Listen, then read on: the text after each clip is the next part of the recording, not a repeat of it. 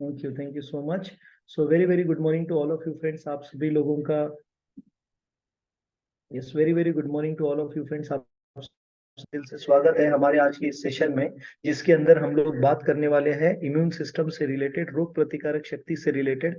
क्या होती है रोग प्रतिकारक शक्ति, किस तरीके से हम लोग अपनी रोग प्रतिकारक शक्ति को इम्प्रूव कर सकते हैं, किस तरीके से हमें क्या क्या प्रिकॉशंस लेने चाहिए, अगर हम लोग एक्सरसाइज करना चाहिए तो फिर वो कौन सी एक्सरसाइजेस है जो करेंगे तो हमारी रोग प्रतिकारक शक्ति बढ़ेगी, क्या एक्सरसाइज से रोग प्रतिकारक शक्ति बढ़ती है। ऐसे बहुत सारी चीजों से एक्चुअली आज हम लोग अपने आप को इक्विप करने वाले हैं, ऐसे बहुत सारे नॉलेज से हम लोग आज अपने आप को इक्विप करने वाले हैं। ओके, तो मैं आप में से कुछ लोगों को पहले पूछना चाहूंगा कि आपके हिसाब से रोग प्रतिकारक शक्ति का मतलब क्या है। जितने नए लोग हैं, पिछले 1 महीने में 2 महीने में आपने ज्वाइन किया है, आप थोड़ा हैंड रेस करिएगा। पिछले 1 महीने में 2 लोगों में जिन लोगों ने ज्वाइन किया है, मेरा सवाल आपसे है कि रोग प्रतिकारक शक्ति का मतलब क्या है। आप में से कोई भी व्यक्ति बता सकता है जिन्होंने महीने में या 2 महीने में ज्वाइन किया है। एब्सोल्युटली हैंड रेस करिए और बताइए। I didn't catch that. Could you try again? Dnyaneshwar Chauhan, तुम्ही सांगू शकता? आप मेरे फ्रंट स्क्रीन पे हो। Yes, what do you mean bye immune system, हमको रोग प्रतिकारक शक्ती का मतलब क्या है आपके हिसाब से, प्लीज बताइए। शरीराला थकवा येणे, शरीर उत्साह नसते, ओके असं दिवसभर आनंदी राहणे. ओके, दिवसभर आनंदी न राहणे किंवा राहणे. हो. ओके ओके, अजून काही नाही. Okay, good good attempt. Okay, so छान. Who else can try. Kulkarni साहेब, तुम्हाला सांगायचंय रोग प्रतिकारक शक्ती म्हणजे काय, सांगा आम्हाला. What do you mean by रोग प्रतिकारक शक्ती. अनम्यूट करा, तुम्हाला एक ऑप्शन येतोय तिथे अनम्यूट करा. रोग प्रतिकारक शक्ती म्हणजे रोगांना थांबवण्याची शरीरातली शक्ती. Very good. सो थांबवण्याची शक्ती कधी कामाची असते. म्हणजे तुमचं बॉडी रेजिस्टन्स पॉवर जास्त झाला की जी शक्ती वाढते. अगदी बरोबर. म्हणजे सर्दी म्हणा, पडसं म्हणा, बॅक्टेरियल डिसीजेस, व्हायरल डिसीजेसला तुम्ही थांबवू शकता. राईट. म्हणजे तुमची शक्ती वाढते. Very good very good. अजून. आणि पॅरासाइट्स वगैरे असतात ते तुम्ही समजा अवॉइड केले, भाज्या धुवून घेतल्या, डस्ट असली तर मास्क लावलं, तर तुमच्या शरीरामध्ये नाकातून तोंडातून कीटाणू जीवाणू जात नाहीत व्हेरी आणि गुड तुमची शक्ती वाढते. म्हणजे very good external power. Very good. So तुम्हाला माहिती आहे का, तुम्ही अजून थोडंसं ज्ञान घेतलं अजून एक्स्ट्राचं, तर तुम्ही छान माझ्यासारखं सेशन घेऊ शकता. ओके, बिकॉज तुमच्याकडे एवढा दांडगा अनुभव आहे एवढ्या वर्षांचा. सो आणि प्लस तुम्ही नॉलेजियस आहात. Very good, keep it up sir. Okay, खूप छान. Now we are also going to learn in detail. Actually आपण बरंच अजून डिटेलमध्ये आज रोग प्रतिकारक शक्तीबद्दल जाणून घेणार आहोत. So thank you, very good sir, खूपच छान. Yes, who else can try friends, who else can try. रोग प्रतिकारक शक्ति का मतलब क्या है, what do you mean by रोग प्रतिकारक शक्ति. जो भी गेस्ट हमारे पिछले 1 महीने में 2 महीने में ज्वाइन हुए हैं, आप में से कोई भी व्यक्ति बता सकता है. शिल्पा गोंडाने सांगा मला. Yes, what do you mean by रोग प्रतिकारक शक्ति. सर, कोणत्याही आजारापासून आपण त्याच्यावर मात करू शकतो. शरीरामध्ये जे पण आपले छोटे मोठे आजार असतील त्यावर आपण आपली रोग प्रतिकारक शक्ती वाढवू शकतो. त्याच्यावर मात करू शकतो. आणि आपल्या रोग न होणे ही शरीराचं रोग संरक्षण. प्रतिकारक शक्ती आहे. माझा एक प्रश्न आहे तुम्हाला, रोग न होणे ही रोग प्रतिकारक शक्ती आहे की व्हाट एक्झॅक्टली इज इट. म्हणजे आपल्या शरीराचं संरक्षण करणे ही रोग प्रतिकारक शक्ती हो आहे. ना, रक्षण करणे म्हणजे काय करणे, की एखादा पॅथोजन, एखादा व्हायरस, एखादी गोष्ट आपल्या शरीराच्या आतमध्ये न जाणे, यालाच फक्त आपण रोग प्रतिकारक शक्ती म्हणणार की याच्या पुढे पण काही आहे तुमच्या मनात असं काही. आहे, त्याच्यावर मात करणे पण आहे आणि बूस्ट करणे पण आहे. म्हणजे आपण कशी वाढवू शकतो, कोणत्या वेरी गुड. पद्धतीनं वाढवू शकतो. ठीक है, वेरी गुड. सो फ्रेंड्स, आप में से कुछ लोग ऐसे होते हैं जो डर जाते हैं कि बोले अमित सर ने ऐसे बीच में अचानक सवाल पूछ लेते हैं और उसके बाद में अगर अपने को जवाब नहीं देने आया तो फिर अपने को कैसा होगा अपना, ऐसा कुछ लोग सोचते. ठीक है, तो आपको ऐसा नहीं सोचना है, क्योंकि मैंने ऐसे देखा है कई बार मुझे अभी जस्ट रिकलेक्ट हुआ जब मैं बात कर रहा था। तो एक बात समझिए, मेरी इच्छा है आप लोगों से बात करना, ओके। तो मैं कोई ना कोई रीजन ढूंढ रहा हूँ जिससे मैं आप लोगों के साथ में कम्युनिकेट कर सकूं, बात कर सकूं। That is number one. And secondly, yes, I also want to know कि आपके मन में आज के टॉपिक के विषय, आपके मन में क्या व्हाट यू से अंडरस्टैंडिंग है। मगर कई बार ऐसे होता है कि कुछ लोग डर जाते हैं और फिर बाद में वो लॉग इन ही नहीं करते। वो बोलते नहीं नहीं बाबा, ते मला विचारणार पुन्हा। ऐसा नहीं है कि मैं समझे ना आप लोग। तो आपको डरने की जरूरत नहीं है इधर। वहां पता चला नाही तो नाही बाबा, ते प्रश्न बिश्न विचारतात आणि चुकून मला बिला विचारला तर मग मी तर नकोच बाबा। ऐसा करने वाले भी कुछ लोग हैं। मतलब इसके पहले हमने कुछ अच्छे लोग, वो फियर की वजह से लोगों को वो फियर आ जाता है कि अरे ये अगर मेरे को पूछ ले और मेरे को नहीं आया तो नहीं आया तो नहीं आया, इट्स ओके। ऐसा कोई इधर ऐसा नहीं रखा है कि तुमने सेशन को ज्वाइन करने के पहले तुम डॉक्टर चाहिए, पीएचडी स्पेशलिस्ट चाहिए, ऐसा कुछ नहीं है। ओके, नॉर्मल लोग हैं हम लोग, तो हमें नहीं मालूम इसलिए तो हम लोग आते हैं, and that is completely okay. Yes, Sagar Parit ji आप बताना चाहते हो? यस बताइए। लास्ट ये बात करेंगे हम लोग सागर से। बोलिए सागर। नमस्कार सर. नमस्ते। रोगप्रतिकारक शक्ती म्हणजे काय? क्लायमेट जे आहे आपलं, क्लायमेट आहे असं राहत नाही आता सध्या तरी. राइट। आणि आपलं क्रिकेटर जे आहे, क्रिकेटर काय करतात, आपले वेगवेगळ्या देशात वेगवेगळे क्लायमेट असतं, त्या क्लायमेटला सूट करून घेतं आपलं शरीर, यालाच रोगप्रतिकारक शक्ती. वाह, okay, fantastic. Yes, thank you. So friends, आप नोट कर सकते हो रोग प्रतिकारक शक्ति का सही मतलब क्या है। नंबर एक, हमारे शरीर के अंदर कुछ ऐसे सेल्स हैं जो हमारे शरीर में किसी भी तरह से रोग होने से बचाने का काम करते हैं, बचाने का काम करते हैं, नंबर एक। नंबर दो, बचाने के बावजूद जब रोग हो जाता है तो फिर भी उस रोग के साथ, उस पैरासाइट के साथ, उस फंगल इन्फेक्शन के साथ, उस वायरस के साथ, उस बैक्टीरिया के साथ इन्फेक्शन होने के बाद में भी लड़ते हैं, नंबर दो। और नंबर तीन, जब वो वायरस चला जाता है, वो फंगस चला जाता है या बैक्टीरिया चला जाता है हमारे शरीर के अंदर से, तो उसने जो डैमेज किया हुआ है वो डैमेज को भर के निकालना भी हमारे रोग प्रतिकारक शक्ति का काम है।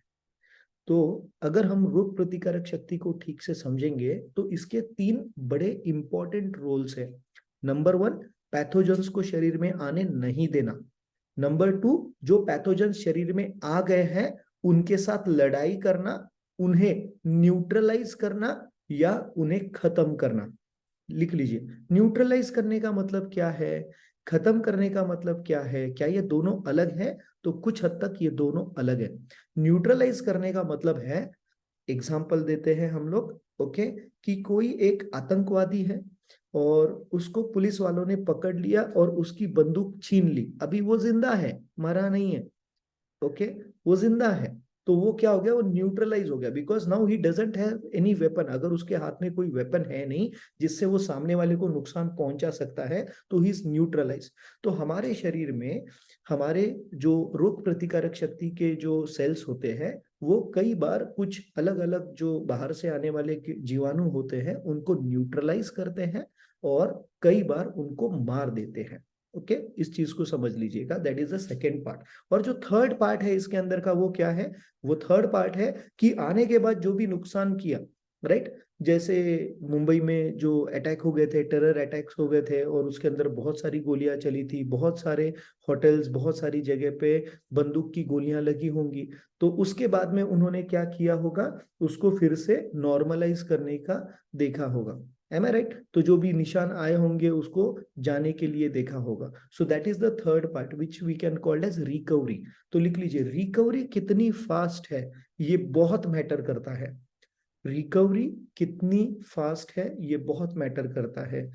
हमारे बॉडी के जो सेल्स है वो कितना फास्ट जाके फॉरेन पैथोजन को, बाहर से आए हुए पैथोजन को, बाहर से आए हुए बैक्टीरिया को, वायरस को कितना फास्ट आइडेंटिफाई करते हैं, ये एक की फैक्टर है। ओके, और ये डिसाइड करता है कि हम कितने दिनों तक बीमार रहेंगे। जैसे आप में से बहुत सारे लोगों ने देखा होगा कि जैसे ही क्लाइमेटिक चेंजेस हो गए और अगर कोई व्यक्ति को खांसी आना शुरू हो जाती है या बुखार आना शुरू हो जाता है, तो डॉक्टर साहब बताते हैं कई बार कि वायरल इन्फेक्शन हुआ है। और वो बोलते हैं ये 3 से 5 दिनों तक गोलियां ले लेना, उसके बाद तो कई बार उसके बाद वो ऑटोमेटिक ही जाने वाला रहता है, कई बार उसके बाद वो ऑटोमेटिक ही जाने वाला रहता है, और कई बार हमें असिस्ट लेना पड़ता है, मतलब कई बार हमें दवाइयों की मदद लेनी पड़ती है ताकि वो पैथोजेंस हमारे बॉडी में से जल्दी बाहर चले जाएं। ओके, तो नॉर्मली अगर आप देखते हो तो हमारे शरीर के अंदर जो अलग अलग टाइप के जो ये होते हैं सेल्स होते हैं, उन हर एक सेल का एक अलग अलग टाइम पीरियड है कि वो कब बाहर वो कब सामने आके फाइट कर सकता है या कब आइडेंटिफाई कर सकता है उससे रिलेटेड। ओके, तो चलिए लिख लीजिएगा आप। सबसे पहले हमारे शरीर के अंदर 21 टाइप के अलग अलग 21 टाइप के रोग प्रतिकारक शक्ति के सेल्स हैं, 21 टाइप्स के अलग अलग सेल्स हैं। हमारी रोग प्रतिकारक शक्ति के सेल्स 12 टाइप के अलग अलग जॉब करते हैं, 12 टाइप के अलग अलग जॉब करते हैं। हमारी रोग प्रतिकारक शक्ति जो है ये मेनली 5 ऑर्गन्स में स्थित है, मेनली, वैसे तो पूरे शरीर में है मगर मेनली 5 ऑर्गन्स है, 5 अवयव है जहां पे हमारी रोग प्रतिकारक शक्ति पूरी छुपाई हुई है। नंबर 1 ऑर्गन लिखिए, जिसे बोला जाता है लिम्फॉइड ऑर्गन्स, लिम्फॉइड ऑर्गन्स, जिसके अंदर बोन मैरो और थाइमस नाम का पार्ट आता है, बोन मैरो और थाइमस नाम का पार्ट आता है, राइट। ये क्या करते हैं लिख लीजिए, ये हमारे शरीर के डिफेंस सेल्स को पैदा करने का काम करते हैं, हमारे शरीर के डिफेंस सेल्स यहाँ पर पैदा होते हैं। Number 2 organ lymph node, lymph node हमारे शरीर में जैसे खून का पूरा नेटवर्क है वैसा ही आप लिख सकते हो लिम्फेटिक सिस्टम का भी पूरा नेटवर्क है। तो जितना पैरेलल हमें हमारे शरीर के अंदर, मतलब जितना हमारे शरीर के अंदर खून का नेटवर्क है, खून की नलियों का नेटवर्क है, उतना ही डेंस, उतना ही बड़ा लिम्फेटिक सिस्टम का नेटवर्क है। ओके, तो ये इनका काम क्या होता है, इनका काम होता है ट्रांसपोर्टेशन ऑफ डिफेंस सेल्स, लिख लीजिएगा, इनका काम होता है transportation of defence cells. Number 3 spleen, spleen नाम का एक अवयव होता है, ऑर्गन होता है, जो हमारे व्हाट डू यू से पेट के लेफ्ट हैंड साइड में होता है और पैनक्रिया से थोड़ा ऊपर होता है, ओके, और हार्ट के थोड़ा नीचे होता है। ये जो स्प्लिन है आप लिख सकते हो, ये मैक्रोफेज को बनाने का काम करता है, मैक्रोफेज। मैक्रोफेज जो है ये बेसिकली हमारे शरीर के रोग प्रतिकारक शक्ति के सेल्स हैं, जो हम लोग बोलते हैं ना WBC, व्हाइट ब्लड सेल्स, पांढऱ्या पेशा, ओके, तो वो व्हाइट ब्लड सेल्स को टी लिम्फोसाइट्स नाम के हमारे शरीर में और कुछ सेल्स होते हैं, टी लिम्फोसाइट्स और बी लिम्फोसाइट्स, ये नाम के जो सेल्स होते हैं, इनको बनाने का, इनको स्टोर करने का काम जो है वो स्प्लीन करता है, इनको बनाने का काम, इनको स्टोर करने का काम स्प्लीन करता है। नेक्स्ट ऑर्गन जो बहुत इंपॉर्टेंट रोल प्ले करता है हमारी रोग प्रतिकारक शक्ति में, वो है हमारे टॉन्सिल्स, वो है हमारे टॉन्सिल्स। हम सब लोगों ने सुना है कि कभी गलती से कुछ ठंडा खा लिया या कुछ इन्फेक्शन थ्रोट का हो गया तो हमारे टॉन्सिल्स जो है वो सूज जाते हैं, राइट। अब हमारे टॉन्सिल्स जब सूज जाते हैं तो इसका मतलब क्या है, टॉन्सिल्स अपना काम कर रहे थे मगर सामने से जो एनिमी है, कुछ अलग अलग बैक्टीरिया, पैथोजन, कुछ ना कुछ हमारे शरीर में आया और उसने टॉन्सिल्स पे हमला कर दिया। तो टॉन्सिल्स पे हमला करने के बाद में वहां पर लड़ाई चली, और वो लड़ाई चली तो उसका एक इफेक्ट है कि हमारे टॉन्सिल्स सूज गए, ओके, उस लड़ाई का इफेक्ट है कि हमारे टॉन्सिल्स सूज जाते हैं। तो लिख लीजिए कुछ रिएक्शंस जो आपकी और मेरी बॉडी हमें बताती है ड्यूरिंग एन इन्फेक्शन, वो डरने वाली चीजें नहीं होती है। जैसे बुखार, ये एक्चुअल में डरने वाला नहीं है। बुखार आने का मतलब होता है हमारे शरीर के रोग प्रतिकारक शक्ति के सेल, जो भी बाहर से बैक्टीरिया, वायरस, फंगाई जो भी हमारे बॉडी में आया होगा, उसके साथ लड़ाई कर रहे हैं। प्रॉब्लम तब है जब वो लड़ाई हार जाते हैं और वो इन्फेक्शन फिर हमारे शरीर में या हमारे पूरे ऑर्गन को डैमेज करने का काम करता है, तब एक्चुअल में प्रॉब्लम है, ठीक है। सो टॉन्सिल्स, टॉन्सिल्स के अंदर आप लिख सकते हो लिम्फोसाइट्स नाम के डिफेंस सेल्स होते हैं, टॉन्सिल्स में भी लिम्फोसाइट्स नाम के डिफेंस सेल्स होते हैं। नेक्स्ट पॉइंट आप लिख लीजिएगा, lymphatic tissue in the bowel या गट। हमारा पेट जो है, आप लिख सकते हो, ये सबसे ज्यादा महत्वपूर्ण ऑर्गन है जो हमारी रोग प्रतिकारक शक्ति के लिए जिम्मेदार है। हमारा पेट हमारी रोग प्रतिकारक शक्ति के लिए सबसे ज्यादा इंपॉर्टेंट ऑर्गन है। हमारे पेट के अंदर बहुत सारे छोटे छोटे हजारों करोड़ों, मतलब करोड़ों ट्रिलियंस बैक्टीरिया होते हैं हमारे पेट में, जो हमारी रोग प्रतिकारक शक्ति को बनाने का काम करते हैं।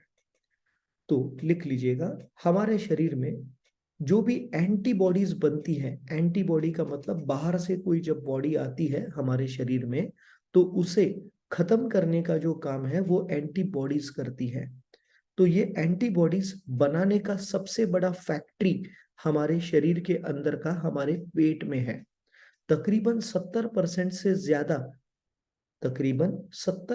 से ज्यादा एंटीबॉडीज जो है वो हमारे पेट में बनती है, हमारे पेट से बनती है। इसीलिए हमारा पेट साफ रहना बहुत ज्यादा इंपॉर्टेंट है, नंबर 1। नंबर 2, इसीलिए ये बैक्टीरियाज जो एंटीबॉडीज बनाते हैं, ओके, उन्हें उनका सही खाना मिलना बहुत इंपॉर्टेंट है। जब हम चिपचिपा खाना खाते हैं, शुगरी खाना खाते हैं, तो ये उनके काम का खाना नहीं है। हमारे पेट के अंदर के जो बैक्टीरियाज है, जो एंटीबॉडीज बनाते हैं, इनका असल खाना क्या है? लिख लीजिए, इनका असल खाना है फाइबर, इनका असली खाना है प्रोबायोटिक्स। तो अगर हम अपने हर खाने के अंदर फाइबर, प्रोबायोटिक्स इनका इस्तेमाल करेंगे तो हमारे पेट के अंदर के बैक्टीरियाज जो है वो सही तरीके से काम करेंगे, और अगर वो सही तरीके से काम करेंगे तो ऑटोमेटिकली हमारी रोग प्रतिकारक शक्ति बहुत अच्छी होगी। Right, next point. यस, तो अभी हम ऐसा कौन सा खाना खा सकते हैं जिससे हमारी रोग प्रतिकारक शक्ति जो है वो जल्दी बढ़ सकती है, मतलब पेट के जो बैक्टीरियाज है उनको सही खाना मिल सकता है। तो फाइबर तो मैंने आपको बताया, मगर हमें क्या समझना है आप नोट कर लीजिए, हमारे शरीर को दिन भर में 40 ग्राम का फाइबर लगता है, और अगर आप एक स्त्री हो तो आपको कम से कम 35 ग्राम का फाइबर डेली बेसिस पे खाना जरूरी है। मेल को 40 ग्राम का फाइबर खाना जरूरी है। मगर ये देखा गया है कि हमारे भारतीय खाने के अंदर सुबह, दोपहर, शाम, रात जो भी खाना हम लोग नॉर्मली खाते हैं, दाल, रोटी, सब्जी, चावल वाला, इनके अंदर से हमारे शरीर के अंदर ज्यादा से ज्यादा 15 से 20 ग्राम का फाइबर जाता है, जबकि जरूरत है 40 ग्राम की। तो क्योंकि ये गैप बना रहेगा, अगर ये गैप हमारे शरीर के अंदर हर रोज consistently, day by day, month by month, year by year अगर ऐसा ही गैप बना रहेगा तो डेली बेसिस पे आप समझ रहे हो आधा ही फाइबर मिल रहा है हमारे बॉडी को, तो हमारे पेट के अंदर के अच्छे बैक्टीरिया धीरे धीरे सरवाइव नहीं कर सकते, और जब वो सरवाइव नहीं कर सकते या वो उनकी फुल कैपेसिटी में काम नहीं कर सकते तो ऑटोमेटिक हमारी रोग प्रतिकारक शक्ति कमजोर हो जाएगी। और इसीलिए जिन लोगों का पेट ठीक से साफ नहीं होता या जो लोग अपनी रोग प्रतिकारक शक्ति को बढ़ाना चाहते हैं, एक इम्पॉर्टेंट फैक्टर है उनके लिए, वो है फॉर्मूला 5। आप फॉर्मूला 5 1 चम्मच सुबह या 1 चम्मच शाम को इस्तेमाल कर सकते हो, जिससे बहुत ही हाई क्वालिटी का फाइबर आपके बॉडी को जाएगा। या फॉर्मूला 25 सुबह, दोपहर, शाम, दिन में से 3 बार आप इस्तेमाल कर सकते हो। सुबह, दोपहर और शाम दिन में से 3 बार आप इस्तेमाल कर सकते हो, ताकि आपके बॉडी को फाइबर रिक्वायरमेंट जो है वो थोड़ा नजदीक आए और वो थोड़ा सा सही तरीके से क्लोज हो। फाइबरस फूड्स के बारे में मैं थोड़ा सा बात करूंगा यहाँ पे। तो जितने भी रॉ ग्रीन लीफी वेजिटेबल्स अगर हम लोग खाते हैं, या हम लोग ब्रोकोली खाते हैं या गोभी खाते हैं, ओके, फूल गोभी जो हम लोग बोलते हैं ना, फ्लावर, वो अगर खाते हैं, तो अब हम लोग नॉर्मली कैसा खाते हैं, इसको फुल बना बना के खाते हैं। तो उसकी बजाय अगर आप इसको ठीक से सिर्फ धो लो, उसके बाद इसको अच्छा सा स्टीम करो, और स्टीम करके अगर आप इनको खाओगे तो इनके अंदर से हमारे बॉडी में, आप लिख लीजिए, बहुत ज्यादा मात्रा में फाइबर जाएगा कंपेयर टू जिस तरीके से हम लोग खाना पकाते हैं और खाते हैं। तो अगर आप बीच बीच में, ओके, जैसे हम लोग बीटीसी के अंदर हमने ऐसे प्लान्स हम लोग देते हैं बीच बीच में, कि जिसके अंदर आपको सिर्फ स्टीम्ड वेजिटेबल्स अलग अलग टाइप के हम जो बताते हैं वो आप खाते हो, तो उससे क्या होता है, आपकी रोग प्रतिकारक शक्ति भी बढ़ना शुरू हो जाती है। तो बाय एनी चांस अगर आपने आज तक हमारी बीटीसी में पार्टिसिपेट नहीं किया है, तो अगले महीने में जो बीटीसी का बैच होगा, आप आई थिंक 27 दिसंबर से हम लोग स्टार्ट करेंगे, तो उसके अंदर आप जरूर पार्टिसिपेट करिएगा। नेक्स्ट चीज, ये हो गया पेट से रिलेटेड। प्रोबायोटिक्स जो है वो आपको मिलेंगे, आप नोट कर सकते हो, दही के अंदर, या प्रोबायोटिक आपको मिलेंगे इडली के अंदर, या प्रोबायोटिक्स आपको मिलेंगे डोसा के अंदर। तो ये जो खाना है ये भी हमें बीच बीच में खाना इंपॉर्टेंट है। तो इट इज नॉट दैट कि हर एक चीज अनहेल्दी है, ऐसी बात नहीं है। ओके, तो ये चीजों के अंदर से हमारे बॉडी को अच्छा प्रोबायोटिक्स जाएगा। मगर ये खाने के बावजूद भी कई बार हमारी रोग प्रतिकारक शक्ति उतनी अच्छी काम नहीं करती, क्योंकि हो सकता है हमारी रोग प्रतिकारक शक्ति के बढ़ाने के लिए क्वांटिटी ऑफ बैक्टीरिया ज्यादा चाहिए। तो लिख लीजिए, इसीलिए हम लोग फॉर्मूला 15 का इस्तेमाल कर सकते हैं। जो फॉर्मूला 15 है उसका एक सैशेट आप शेक में डेली डाल के ले सकते हो, या नॉर्मल पानी के अंदर डाल के पी सकते हो उसको घोल के, और इसके अंदर से आप लिख सकते हो आपके शरीर को 1 बिलियन रोग प्रतिकारक शक्ति बढ़ाने वाले बैक्टीरिया डायरेक्ट जाते हैं। मतलब ये वो सैन्य है जो ऑलरेडी रेडी है। समझ आया आपको? मतलब एक एग्जांपल देते हैं कि कोई कोई जगह पे, कोई कंट्री में एक सैन्य है जो अभी पूरी तरीके से तैयार नहीं है युद्ध के लिए, ओके, या वो युद्ध करता तो है मगर वो युद्ध में जीतता नहीं है। मगर उसको अगर हिंदुस्तान अपने सबसे बेस्ट सिपाही जो है, वो पूरे जो रेडी सिपाही है, वो अगर उसको देगा, तो क्या उसकी ताकत बढ़ेगी? क्या उसकी ताकत बढ़ेगी? बताइए आप मुझे चैट विंडो में। अगर हिंदुस्तान ऐसे देश को, जिसके पास में सैन्य की ताकत उतनी अच्छी नहीं है, अगर अपने सबसे बेस्ट कमांडोज जो है वो अगर उसको देगा, तो क्या उसकी ताकत बढ़ेगी? तो जवाब है हाँ, उसकी ताकत बढ़ेगी। तो अगर उसकी ताकत बढ़ेगी, तो वैसा ही हमारे पेट के अंदर बैक्टीरियाज है, मगर वो ठीक से उतने अच्छे क्वालिटी से काम नहीं कर पा रहे। तो हम लोग क्या कर सकते हैं, फॉर्मूला 15 का सेवन कर सकते हैं, और वो हमारे शेक के अंदर डाल सकते हैं, और उसमें से हमारे शरीर को डायरेक्ट 1 बिलियन बैक्टीरिया जाएंगे, जिसकी वजह से हमारे शरीर की रोग प्रतिकारक शक्ति को इमीडिएट बूस्ट मिलने के लिए मदद होगी। ओके, तो लिख लीजिएगा इस बात को। नेक्स्ट, यस, तो अब थोड़ा सा बात करेंगे अलग अलग वाइटामिन और मिनरल्स के बारे में। तो हम में से बहुत सारे लोगों को ये बात समझ में नहीं आती अबाउट वाइटामिन्स या मिनरल्स, की हमें क्या खाना है क्या नहीं खाना है। उसके पहले एक छोटा सा एक दूसरे पार्ट एक दो बता देता हूँ मैं आपको। इम्यूनिटी के कुछ टाइप्स होते हैं, रोग प्रतिकारक शक्ति के टाइप्स होते हैं। एक को बोला जाता है इन्नेट इम्यूनिटी, इन्नेट इम्यूनिटी, और एक को बोला जाता है एक्वायर्ड इम्यूनिटी। इन्नेट इम्यूनिटी का मतलब वो है जो हमारे बर्थ से ही हमारे शरीर में रेडी है फाइट करने के लिए। इसीलिए तो जब कोई बच्चा अपनी माँ के पेट से बाहर आता है तो इमीडिएटली बीमार नॉर्मली नहीं गिरता। मगर अगर माँ का ही खाना पीना ठीक नहीं है, या बच्चे का बॉडी ठीक से अंदर से डेवलप नहीं हुआ, तो जब वो बच्चा बाहर आता है तो वो जल्दी बीमार गिरता है। आपने नोट किया होगा, 10 बच्चे अगर जन्म को लेते हैं तो उसमें से मे बी जितनी माएँ हैं जो अच्छे तरीके से अपने शरीर के खाने पीने का ख्याल रख रही है, उनको क्या हो रहा है, उनका बच्चा जो है वो बढ़िया रह रहा है। तो उनका शरीर अंदर से कब अच्छा रहेगा? जब वो वड़ा पाव खाएंगे तब अच्छा रहेगा, मिसल खाएंगे तब अच्छा रहेगा, या स्वीट्स खाएंगे, गुलाब जामुन खाएंगे तब अच्छा रहेगा, पेस्ट्रीज चॉकलेट खाएंगे तब अच्छा रहेगा, या जब वो हम जैसे फॉर्मूला 1 न्यूट्रिशनल शेक लेते हैं वैसा शेक डेली अगर लेगी पेट में बच्चा, मतलब पेट में बेबी होने के बावजूद, तब बढ़ेगा। आप बताइए मुझे, कब बढ़ेगा? एक लेडी जब प्रेग्नेंट होती है तो उसे सबसे पहले फोलिक एसिड की टैबलेट दी जाती है, उसे प्रोटीन पाउडर दिए जाते हैं, उसे कैल्शियम सप्लीमेंट दिए जाते हैं। क्यों दिए जाते हैं? इसलिए ताकि उसकी बॉडी अंदर से सही तरीके से प्रिपेयर हो और उसके बच्चे को सही मात्रा में न्यूट्रिशन मिले। मगर यही गलतियां बहुत सारी लेडीज करती है जब वो प्रेग्नेंट होती है। वो क्या सोचती है, अरे ये शेक मैं कैसे लूंगी, ये खाऊंगा तो ऐसे नहीं होगा, वो खाऊंगा तो ऐसे नहीं होगा।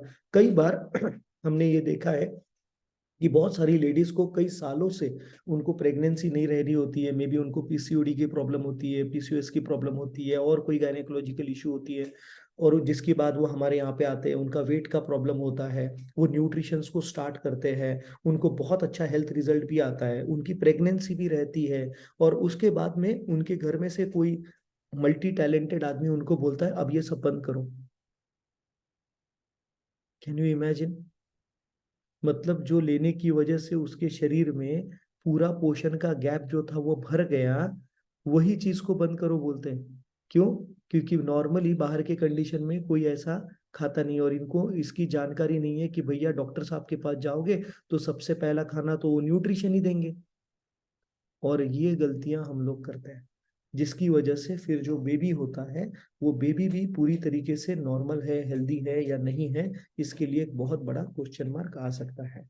तो जब बेबी आता है, जब मैं दुनिया में आया, आप दुनिया में आए, तो वो टाइम पर प्रॉब्लम नहीं थी ज्यादा, क्योंकि वो टाइम पर जो खाना मिलता था हमको वो बहुत अच्छा मिलता था, क्वालिटी अच्छी थी। मगर अभी की जो खाने की क्वालिटी वो काफी खराब हो गई है। तो मम्मी के खुद के ही बॉडी को पोषण नहीं मिल रहा है, तो बच्चे के बॉडी को कहाँ से पोषण देगी? इसलिए सप्लीमेंट्स जो है ये एक्चुअली यहाँ से आगे आने वाली जिंदगी में बहुत बड़ा रोल प्ले करने वाले हैं, हमारे खुद की रोग प्रतिकारक शक्ति के लिए और हमारी खुद की लॉन्गिटिविटी के लिए। और अगर आप एक लेडी हो जो आगे चल के अपने परिवार को बढ़ाने वाले हो, तो आपके लिए भी ये बहुत ज्यादा मैटर करने वाली है, राइट? तो नेक्स्ट चेंज आप लिख सकते हो। तो एक होती है इन्नेट इम्यूनिटी और दूसरी होती है, लिख लीजिए, एडॉप्टिव इम्यूनिटी। इन्नेट इम्यूनिटी और एडॉप्टिव इम्यूनिटी। अब इन्नेट इम्यूनिटी और एडॉप्टिव इम्यूनिटी जो है, इनके अलग अलग टाइप के सेल्स होते हैं। क्या आपको इनके सेल्स के बारे में जानकारी लेके कोई पीएचडी होने वाली है? नहीं, मगर फिर भी मैं आपको फिर भी बताना चाहूंगा यहाँ पर कि कौन से सेल्स है जो इन्नेट इम्यूनिटी का काम करते हैं और कौन से सेल्स है जो आपको यू नो सॉरी और कौन से सेल्स है जो आपके शरीर में एडॉप्टिव इम्यूनिटी लाने का काम करते हैं। तो आप लिख लीजिएगा जस्ट, या इसका स्क्रीनशॉट भी निकाल सकते हो। ये जो इधर के जो सारे सेल्स है, ओके, जिनको आप देख सकते हो, natural killer cell, macrophage, dendritic cell, mast cell. Okay, mast cell मतलब ये वो सेल है जो एलर्जी से बचाने का काम करते हैं। इसीलिए एलर्जी जो है वो किसी को, मेजर लोगों को बचपन से इशू आ जाती है अस्थमा जैसे प्रॉब्लम्स की। ओके, बिकॉज ये सारी एलर्जी से रिलेटेड चीजें हैं। ओके, और एलर्जी कहाँ से पैदा होती है? इन्नेट इम्यूनिटी जब कम रहती है तो वहां से इशू आना शुरू हो जाती है। ओके, कॉम्प्लीमेंट प्रोटीन नाम का भी एक फाइटर सेल होता है, न्यूट्रोफिल, इजनोफिल, बैसोफिल, ये जो सारे हैं, ये आप जब देखते हो जिनको ग्रैन्युलोसाइट्स की कैटेगरी में देखा जाता है, ये सारे के सारे जो है ये इन्नेट इम्यूनिटी में आते हैं। जबकि एडॉप्टिव इम्यूनिटी में कौन से आते हैं? बीटा सेल, टी सेल, ये जो है, या इनके जो सब पार्ट्स है, ओके, एंटीबॉडीज, ये जो सारे हैं ये एडॉप्टिव इम्यूनिटी में आते हैं। मतलब ये हमारी body over a period of time बनाती है। अब ये समझना सिर्फ ज्यादा इंपॉर्टेंट क्यों है, इस बात को हमें समझना है। कोरोना वायरस आया था, राइट? और कोरोना वायरस आने के बाद में बहुत सारे लोगों को इन्फेक्शन हुआ, और बहुत सारे लोगों को वो इन्फेक्शन जो है उसमें अपनी जान भी गंवानी पड़ी। हमने कल ही कोई लेडी से बात करी थी जो काफी भावुक भी हो गई थी कि कोरोना वायरस के वक्त मैंने अभी कुछ साल पहले अपने डैडी को खोया है बोल के। ओके, तो अब थोड़ा सा उसके बारे में भी हम लोग बात करेंगे कि ये वायरसेस कैसे काम करते हैं, क्या काम करते हैं, और हम इसके अंदर क्या कर सकते हैं, उसके बारे में बात करेंगे। वैक्सीन्स क्या होते हैं, वैक्सीन्स को कैसे देखा जाना चाहिए, उसके बारे में भी हम लोग बहुत सारी बात करने वाले हैं। ठीक है, तो ये जो आप देख रहे हो नेचुरल किलर टी सेल्स और ये जो टी सेल्स हैं, ये दोनों जो है ये दोनों में भी आते हैं। मतलब इनेट इम्यूनिटी में होते हैं ये हमारे बॉडी में, और एडॉप्टिव इम्यूनिटी जब हमारे बॉडी की डेवलप होना शुरू हो जाती है तो ये over a period of time अपने आप को और स्ट्रॉन्ग करते हैं। अब यहाँ पर हमें समझना क्या है, इनेट इम्यूनिटी जो है ये इन्फेक्शन होने से ही रोकने का ज्यादा काम करेगी। आप इस चीज को लिख लीजिए, इनेट इम्यूनिटी जो है ये हमारे शरीर में इन्फेक्शन होने को रोकने का काम करेगी ज्यादा तौर पर। या हो गया तो भी जल्दी से उसको निकालेगी। क्यों? इसका रिस्पॉन्स रेट जो है वो रैपिड है, मतलब ये फास्ट एक्टिंग है, अभी के अभी एक्ट करती है। मगर एडॉप्टिव इम्यूनिटी जो है ये स्लो है, और कोरोना वायरस हमें एडॉप्टिव इम्यूनिटी ही बचाने वाली थी कोरोना वायरस के अगेंस्ट। अब इंपॉर्टेंट बात यह है समझने की कि क्या कोरोना वायरस दुनिया का आखिरी वायरस था? भले वो ह्यूमन क्रिएटेड वायरस हो या कोई और चीज हो, क्या वो दुनिया का आखिरी वायरस था? आप में से कितने लोगों को लगता है अब यहां से आगे कभी कोई वायरस नहीं आएगा, कभी कोई बैक्टीरिया ऐसे नहीं फैलेगा जिसकी वजह से लोगों को जान गंवानी पड़ेगी या बहुत ज्यादा उनकी हेल्थ कॉम्प्रोमाइज होगी, डिप्रेशन में जाएंगे? आप में से कितने लोगों को लगता है कि हाँ, this was the last ever time, कि अब यहां से आगे कोई वायरस नहीं आएगा, कोई ऐसा अलग सा बैक्टीरिया नहीं आएगा? आप चैट विंडो में डालिए, आपको क्या लगता है, आएगा या नहीं आएगा? आप चैट विंडो में डालिए जरा, आएगा या नहीं आएगा, आएगा या नहीं आएगा? राइट? तो सब लोगों का समझना भी यही है जो मेरा समझना है कि ऐसे वायरसेस आते ही रहेंगे। Absolutely you all are right, ऐसे वायरसेस आते ही रहेंगे। मगर हम लोगों को एक बहुत गंदी आदत है, आप लिख लीजिए। जब कोरोना वायरस था तो हम अपने आप को बड़ा सीरियस करके रखे थे कि रोग प्रतिकारक शक्ति बहुत इंपॉर्टेंट है। मगर अब जैसे ही वो वायरस चला गया, उसके बाद 2 साल कंप्लीट हो गए, अब हम फिर से पहले जैसे बिंदास थे, हमें कुछ लेना देना नहीं था।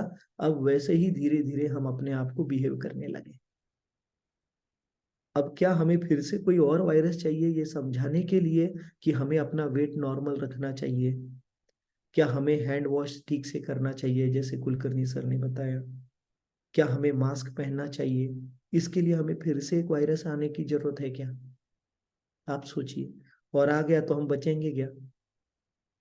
आ गया तो हम बचेंगे क्या? पहली बार तो बच गए, बहुत सारे लोगों का पत्ता कट गया अनफॉर्चुनेटली, हम बच गए। We are so lucky guys, right? हम लोग लकी क्यों हुए?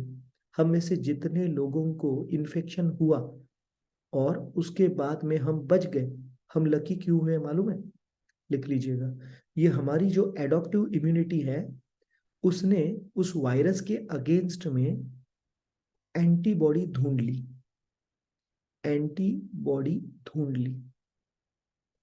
जब वो एंटीबॉडी ढूंढ ली, जब वो एंटीबॉडी ढूंढ ली, तो हमारी बॉडी के अंदर जो एंटीबॉडी है वो जाके उस वायरस को न्यूट्रलाइज करके उसको खत्म करने का काम किया। ओके? अब जिन लोगों के शरीर में ये एंटीबॉडी बनी ही नहीं, ये एंटीबॉडी बनी ही नहीं, वो बेचारे भगवान को प्यारे हो गए। अब ये एंटीबॉडी नेक्स्ट टाइम अगर कोई इन्फेक्शन होगा तो अलग एंटीबॉडी लग सकती है, क्योंकि वायरस अलग हो सकता है, बैक्टीरिया अलग हो सकता है नेक्स्ट टाइम का। तो जैसे कोरोना वायरस के टाइम पे हमारी गवर्नमेंट को और दुनिया में सारे पैथोलॉजिकल लैब्स को, बड़े बड़े रिसर्चर्स को कई साल लग गए ना। आप सोचो, दिसंबर 2020 में पहली केस रिकॉर्ड हुई थी। दिसंबर 2020 में वैक्सीन कब बनी? 2021 के मिड में या शायद एंड के आसपास कहीं तो वैक्सीन बनी होगी, या 2021 में वैक्सीन बनी। मतलब 1.5 साल से ज्यादा लगा वैक्सीन बनने को। अब आप सोचिए उस 1.5 साल में जितने लोगों को उनकी बॉडी ने सपोर्ट नहीं किया एंटीबॉडी बनाने में, उनको प्रॉब्लम आ गई।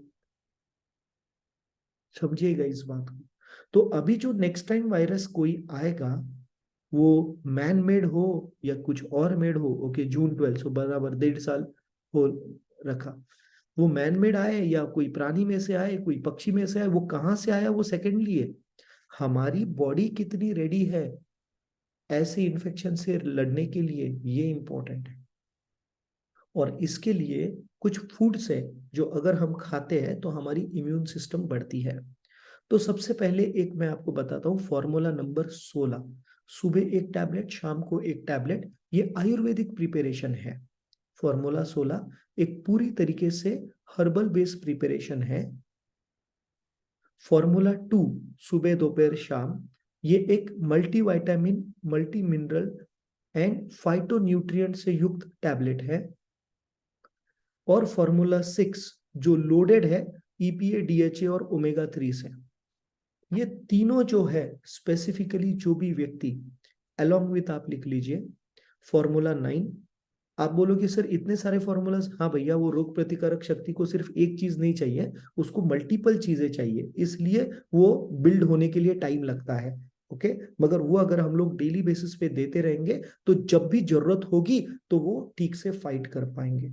लिख लीजिए फॉर्मूला 9, जिसका मतलब है कैल्शियम एंड विटामिन डी। लिख लीजिए vitamin D plays a very very important role. Vitamin D हमारे रोग प्रतिकारक शक्ति में बहुत इंपॉर्टेंट रोल प्ले करता है। अनफॉर्चुनेटली अभी इस कॉल पर जो 450 लोग हैं, इनमें से 90% लोगों के शरीर में विटामिन डी की कमी निकलेगी। 90% लोग, और इसीलिए 90% लोगों को इन्फेक्शन होगा, क्योंकि ना वो फॉर्मूला 2 का इस्तेमाल करते हैं, ना वो फॉर्मूला 6 का इस्तेमाल करते हैं, ना वो 16 का इस्तेमाल करते हैं, ना फॉर्मूला 9 का इस्तेमाल करते हैं, और वो हमारे बॉडी में गैप्स में हो रहे हैं। और इसीलिए हमें ये देखना जरूरी है कि ये हमारे बॉडी में डेली बेसिस पर मिले। बाय द वे, आप में से कितने लोगों को ऐसा लगता है कि आप कोच हो इसलिए ऑटोमेटिक आपकी बॉडी इम्यून सिस्टम स्ट्रांग करेगी? मतलब आपके नाम के सामने कोच लग गया इसलिए आपकी बॉडी की रोग प्रतिकारक शक्ति सुपर डुपर हिट हो गई। वो वायरस कोच नाम सुनेगा तो उसके बाद उसको लगेगा आयला कोच है बाबा, इसके पास नहीं जाने का। आपको लगता है ऐसे हो? नहीं। तो या कुछ लोग होते, मैं कई बार देखा है, मैं कुछ लोग मुझे बोलते मैं डॉक्टर हूँ। अरे तो तू डॉक्टर है तो क्या इसका मतलब तुझे कोई प्रॉब्लम नहीं होगी? मैं बोलूंगा मैं nutrition coach of Indian legend cricket team हूँ, तो क्या वो वायरस आते हुए बोलेगा अच्छा 1 मिनट हाँ बाबा, 1-2 मिनट थम उनके, सॉरी हाँ मैं थोड़ा दूसरे एड्रेस पे जा रहा था, गलती से तुम्हारे पास आया, ऐसा बोलेगा क्या? नहीं। तो कई बार हम लोग ये गलती करते हैं अहंकार में। अहंकार में हम लोग ये गलती करते हैं, मैं चीफ मिनिस्टर है तो फर्क क्या गिरता है उससे? वायरस को क्या वो एड्रेस थोड़ी चेंज करने वाला है? वायरस एड्रेस नहीं चेंज करता, घुस गया तो घुस गया, बात खत्म। अब उसको बाहर निकालने के लिए कोई दूसरी चीज इंपॉर्टेंट नहीं है, आपकी रोग प्रतिकारक शक्ति इंपॉर्टेंट है। राइट? तो लिख लीजिए, इसका इस्तेमाल करें, इसको बंद करके अहंकार का इस्तेमाल नहीं करें। मैं से कुछ नहीं होता। ओके, हम में से बहुत सारे लोग योगा करते हैं, योगा करते हैं। आप बताइए मुझे, क्या योगा करने से विटामिन डी मिलेगा? क्या योगा करने से जिंक मिलेगा? क्या योगा करने से सेलेनियम मिलेगा? क्या योगा करने से आपको ये मिलेगा, फाइबर मिलेगा? क्या योगा करने से आपके शरीर को प्रोबायोटिक्स मिलेंगे? आप में से कितने लोगों को लगता है यस अनबिलीवेबल योगा करने से ये सब मिलेगा? हाँ जी, मतलब सेल को तो काम करने के लिए ये चाहिए ना, हमारे शरीर के सेल को ठीक से काम करने के लिए तो ये चाहिए। मैं वॉकला जाता हूँ, ओके, तो तुम्हारे वॉक से क्या होने वाला है? बॉडी में ऑटोमेटिक इधर उधर से हवा में से आते हैं क्या विटामिन और मिनरल्स? मेरे को तो आज तक नहीं मिले, मैं बहुत सांस लिया। लिख लो, एक्सरसाइज करना बहुत अच्छा है, और इससे लिख लीजिए हमारी रोग प्रतिकारक शक्ति भी बढ़ने वाली है। ओके, चाहे वो योगा हो या चाहे वो स्ट्रेंथ ट्रेनिंग एक्सरसाइजेस हो, चाहे वो कार्डियो हो। मगर वो कैसे बढ़ेगी मालूम है आपको? उसका रीजन देता हूं मैं। जब हम लोग एक्सरसाइज करते हैं किसी भी तरीके से, योगा भी करते हैं, तो हमारे बॉडी के अंदर जो है वो खून का बहाव जो है वो अच्छे तरीके से क्वालिटेटिव बेसिस पे बढ़िया तरीके से बना रहता है, तो ब्लड फ्लो हमारा अच्छा होता है। अरे भैया, मगर ब्लड के अंदर जो कंपोनेंट चाहिए वो अगर मिसिंग है तो ब्लड फ्लो को सिर्फ अच्छा करके क्या करोगे? तो ब्लड फ्लो को भी अच्छा रखना जरूरी है ताकि न्यूट्रिशन ट्रांसपोर्टेशन आराम से हो, मगर उसके लिए न्यूट्रिशन भी तो देना पड़ेगा। राइट? समझ गए सारे लोग? तो ये एक इंपॉर्टेंट पैरामीटर है। तो चलिए मैं आपको अभी कुछ फूड्स भी बताने वाला हूं और कुछ मजेदार चीजें बताने वाला हूं, नोट कर लीजिएगा इसको।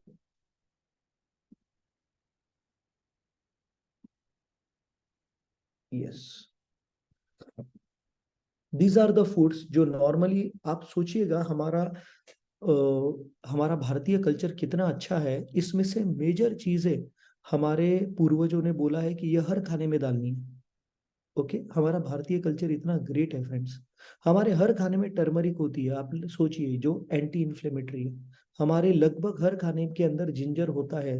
ओके, तुलस खाना हमारे यहाँ पे बोला जाता है कि शुभ है।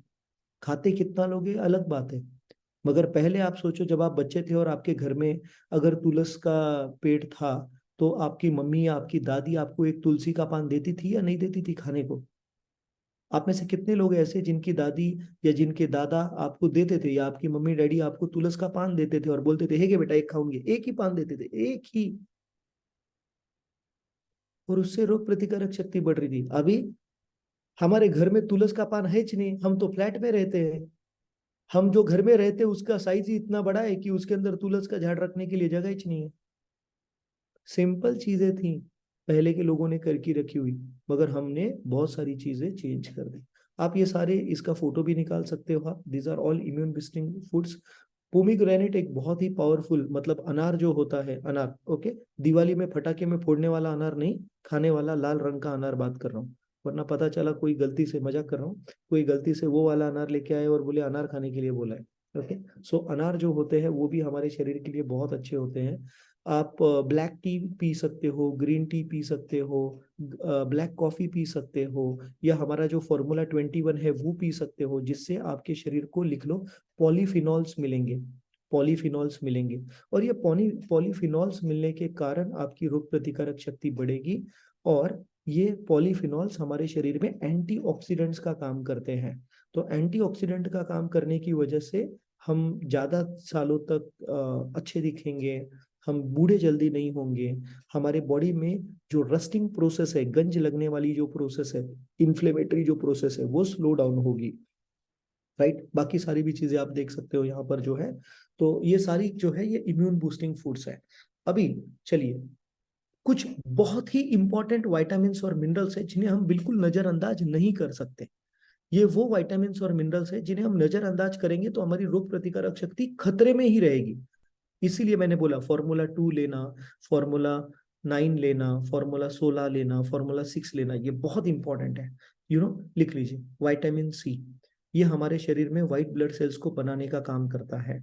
विटामिन डी, ये हमारी रोग प्रतिकारक शक्ति को पैथोजन से फाइट करने के लिए मदद करता है। विटामिन ए, ये हमारा जो म्यूकोजल सरफेसेस होते हैं, हमारे बॉडी के अंदर के पूरे जो म्यूकोजल सरफेस है, उसकी लाइनिंग को, हमारे रेस्पिरेटरी ट्रैक को अच्छा रखने के लिए मदद करता है, जिसकी वजह से इन्फेक्शन नहीं फैलता। जिंक, जो हमारे इम्यून सेल्स की डेवलपमेंट के लिए बहुत ज्यादा मदद करता है। आयरन, ओके, ये हमारे हीमोग्लोबिन के प्रोडक्शन के लिए बहुत काम का है, जिसकी वजह से ऑक्सीजन हमारे पूरे शरीर में सारे के सारे इम्यून सेल्स तक पहुंचेगा। मैग्नीशियम, जो हमारे रोग प्रतिकारक शक्ति के सिस्टम को, फंक्शंस को, सेल सिग्नलिंग को, एक सेल दूसरे सेल से जो बात करता है, उसके लिए भी उसे मैग्नीशियम की जरूरत गिरती है। तो ये सारे के सारे बहुत ही एसेंशियल विटामिन्स एंड मिनरल्स हैं जो रोग प्रतिकारक शक्ति में काम करते हैं।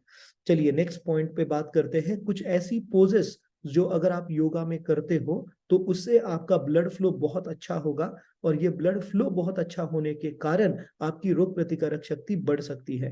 तो आप इसका भी फोटो चाहिए तो ले सकते हो। उत्तानासना, ओके, अधोमुख श्वासना, प्रसरिता, बदोत्तना, शीर्षासना, सर्वांगासना, साइकिल, ओके, सबका आप इसका फोटो भी ले सकते हो। These are very good poses, जो अगर आप 5-5 मिनट तक डेली बेसिस के ऊपर करोगे तो आपका बॉडी का ब्लड सर्कुलेशन बहुत अच्छा रहेगा। ओके, नेक्स्ट थिंग, ओके, ये भी और कुछ पोजेस है जिसका आप एक्चुअली फोटो स्क्रीनशॉट ले सकते हो। ये भी जो सारी पोजेस है ये भी आपको हेल्प करने वाली है। Okay, camel pose, cobra pose, bridge pose, tree pose, chair pose, इन सारे के सारे में क्या होने वाला है, हमारा ब्लड सर्कुलेशन जो है वो चेंज होने वाला है। और ये सब होने के कारण क्या होने वाला है, इस तरीके से जो वायरसेस हमारे बॉडी में अगर कहीं पर से भी आएंगे तो हमारी रोग प्रतिकारक शक्ति जो है वो काफी ज्यादा तरीके से हमें सपोर्ट करेगी। शॉर्ट में बता देता हूँ वैक्सीन्स क्या होते हैं। वैक्सीन्स का मतलब ये होता है, आप नोट कर लीजिएगा, व्हाट आर वैक्सीन्स। वैक्सीन्स मतलब हम में से बहुत सारे लोग होते हैं जो सोचते अरे बापरे वॅक्सिन आले घ्यायचं कशाला बापरे वॅक्सिन नको वॅक्सिन घेऊनच प्रॉब्लेम येतो नहीं भैया वैक्सीन आने से कोई प्रॉब्लम नहीं होती है ओके वैक्सीन क्या होते हैं एक एग्जांपल देता हूँ कोई भी एक वायरस जब आता है तो वो वायरस पहली बार जब आता है तो हमारी बॉडी उसको आइडेंटिफाई नहीं कर सकती तो रिसर्चर्स क्या करते हैं उस वायरस के अंदर का सबसे डेडली पार्ट कौन सा है उसकी पढ़ाई करते हैं पहले लैब में उसकी पढ़ाई करते हैं कि ये वायरस जो बढ़ रहा है ये क्यों बढ़ रहा है ओके ये वायरस बढ़ रहा है तो क्यों बढ़ रहा है तो उसके अंदर मेजर टाइम्स मैसेंजर आरएनए नाम का एक कंपोनेंट होता है जो एक्चुअली उस वायरस को बढ़ाने का काम कर रहा है तो हमारे भारतीय साइंटिस्ट ने जो इतने कम टाइम पीरियड के अंदर अपने जो वैक्सीन्स लॉन्च किए आपको मालूम है उन्होंने क्या किया उन्होंने उस मैसेंजर आरएनए को सक्सेसफुली वायरस के अंदर से बाहर निकाला जिसकी वजह से वो वायरस अपने आप को ग्रो नहीं कर पाया और ये उन्होंने लैब में स्टडी किया मैं आपको जितना बता रहा हूँ आसान शब्दों में ये उससे 1,00,000 गुना डिफिकल्ट है करने के लिए ओके मैं आपको समझने की लैंग्वेज में सिर्फ बता रहा हूँ तो उन्होंने उस मैसेंजर आरएनए को निकाला और बची हुई जो बॉडी थी ओके वायरस की उस बॉडी को शरीर में देना शुरू किया हमारे शरीर में देना शुरू किया पहले ट्रायल किए उसके तो पहले वो अलग अलग फेजेस होती है पहले वो माइस के ऊपर ट्रायल करते हैं रैट्स के ऊपर जो है उसमें ट्राई करते हैं उसके बाद मंकीज में ट्राई करते हैं और उसके बाद ह्यूमंस में ट्राई करते हैं तो कोई भी ड्रग जो हमारे यहाँ पे आता है वो ऐसे ही नहीं आता पहले माइस उसके बाद में व्हाट डू यू से मंकीज और उसके बाद में सेलेक्टेड ग्रुप ऑफ इंडिविजुअल्स जो लोग होते हैं उनके अंदर किया जाता है और उसके रिजल्ट आउट होने के कुछ 1 आध साल बाद 2 साल बाद 3 साल बाद देखने के बाद उसके रिजल्ट फिर बाद में ह्यूमंस में किया जाता है मगर क्योंकि कोरोना वायरस के वक्त की तो स्टेज ही ऐसी थी कि इमीडिएट सॉल्यूशन चाहिए थे तो कई सारे प्रोसेसेस को फिर बाद में उसमें कॉम्प्रोमाइज करना पड़ा गवर्नमेंट को वरना पॉपुलेशन ही पूरी साफ हो जाती ओके तो ऐसे कंडीशन में उन्होंने क्या किया मैसेंजर आरएनए जो वायरस के अंदर का सबसे इंपॉर्टेंट पार्ट था मल्टीप्लाई करने के लिए उसको निकाल दिया और वो वायरस देकर देखा ह्यूमंस के अंदर और वो वायरस देने के बाद में हमारी बॉडी की रोग प्रतिकारक शक्ति के जो सेल्स है जो एडॉप्टिव इम्यूनिटी जो थी वहां पर लिखा था ना स्लो रिस्पॉन्स तो उन्हें कुछ टाइम लगा उस वायरस को आइडेंटिफाई करने के लिए और उसको आइडेंटिफाई करके उसको मारने के लिए ओके अब यही अगर डायरेक्ट ओरिजिनल वायरस आ जाता उसकी जगह पे तो क्या होता हमारी बॉडी आइडेंटिफाई करने के लिए कि उसको बंदूक से मारूं या तोप गोले से मारूं या उसको मशीन गन से मारूं ये समझने के पहले ही वो वायरस अपने आप को इतना फास्ट मल्टीप्लाई कर रहा था कि वो हमारी पूरी बॉडी के ऊपर कब्जा कर रहा था समझ आया इस वजह से कोरोना वायरस या कोई भी वायरस जिसका वैक्सीन हमारे पास है नहीं वो हमारे बॉडी को जल्दी खत्म कर सकता है बिकॉज उसका पेस जो है जिससे वो मल्टीप्लाई हो रहा है वो हमारे बॉडी का रिस्पॉन्स मैकेनिज्म के कंपैरिजन में बहुत हाई था और इसीलिए बहुत सारे चीजें डेवलप करनी पड़ी ओके सो सिंपल सी बात है अब आपके और मेरे हाथ में क्या है टू कंक्लूड आपके और मेरे हाथ में है कि हम अपना ब्लड सर्कुलेशन अच्छा रखें जो आप स्ट्रेंथ ट्रेनिंग से भी कर सकते हो कार्डियो से कर सकते हो योगा से कर सकते हो इससे क्या होगा ब्लड सर्कुलेशन अच्छा होगा मगर क्या ब्लड सर्कुलेशन सिर्फ अच्छा होने से पूरा काम हो गया तो जवाब है नहीं ब्लड सर्कुलेशन अच्छा होने से सिर्फ 20% काम हुआ 80% काम कब होगा 80% काम तो तब होगा जब बॉडी को जिंक भी मिलेगा विटामिन सी भी मिलेगा फाइबर भी मिलेगा फाइटोन्यूट्रिएंट भी मिलेगा ओमेगा 3 फैटी एसिड मिलेगा ईपीए मिलेगा डीएचए मिलेगा ओके बहुत सारी अलग अलग विटामिन डी मिलेगा कैल्शियम मिलेगा सेलेनियम मिलेगा ऐसे अनगिनत चीजें जब मिलेंगी तो रोग प्रतिकारक शक्ति का सेल बोलेगा यस आई एम रेडी क्योंकि आपने सुना ध्यान से 21 टाइप के रोग प्रतिकारक शक्ति के सेल है एक टाइप का नहीं है और हर टाइप के सेल को रेडी रहना है ये एक टीम का वर्क होता है ये अकेले एक सेल का काम नहीं होता वो एक टीम वर्क होता है तो कोई भी वायरस कोई भी बैक्टीरिया जब हमारे बॉडी में आता है तो हमारे बॉडी का जो टीम वर्क सिस्टम है वो जाग जाता है and team work is dream work मगर टीम वर्क में अगर 100 मतलब 21 सेल्स है उसमें से 20 घायल पड़े उनको खाने पीने को नहीं मिला ऐसी कंडीशन में तो आप सोचो क्या होगा उनका वो बेचारे लड़ पाएंगे और उनको हम लोग ऐसा कैसे करेंगे just by not giving them the food what they want okay, so make sure करिएगा जो आज आपने इंफॉर्मेशन ली है उसको सही तरीके से इस्तेमाल करें। और इसीलिए अगर आप देखते हो तो मैं डेली बेसिस के ऊपर ये सारे फॉर्मूलाज, मैं तो जितने फॉर्मूलाज लेता हूँ मैं टोटल डेली बेसिस पे 14 टैबलेट दिन में से 3 बार लेता हूँ, 14 टैबलेट्स 3 टाइम्स अ डे। मगर ये क्या दवाई की टैबलेट्स है?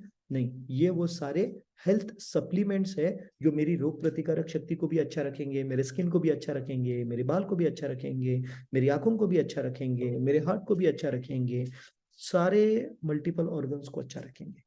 ओके, आपने कौन सी लेनी चाहिए लिख लीजिए, जितना आप अफोर्ड कर सकते हो सारे के सारे न्यूट्रिशन इस्तेमाल करो। अफोर्ड नहीं कर सकते हो और 10-15 लोगों को मदद करो ताकि आप इसको अफोर्ड कर पाओ। Okay, so thank you so much friends, बढ़िया रहिए, खुश रहिए। आई होप आपको आज का ये सेशन अच्छा लगा होगा और आपको इसके अंदर से कुछ बढ़िया चीजें सीखने मिली होंगी। Thank you so much friends, thank you. कल जबरदस्त सेशन होने वाला है, एब्सोल्युटली मिस आउट मत करना, अपने फ्रेंड्स, फैमिली मेंबर्स, रिलेटिव्स को जरूर बुलाना। Thank you friends, thank you.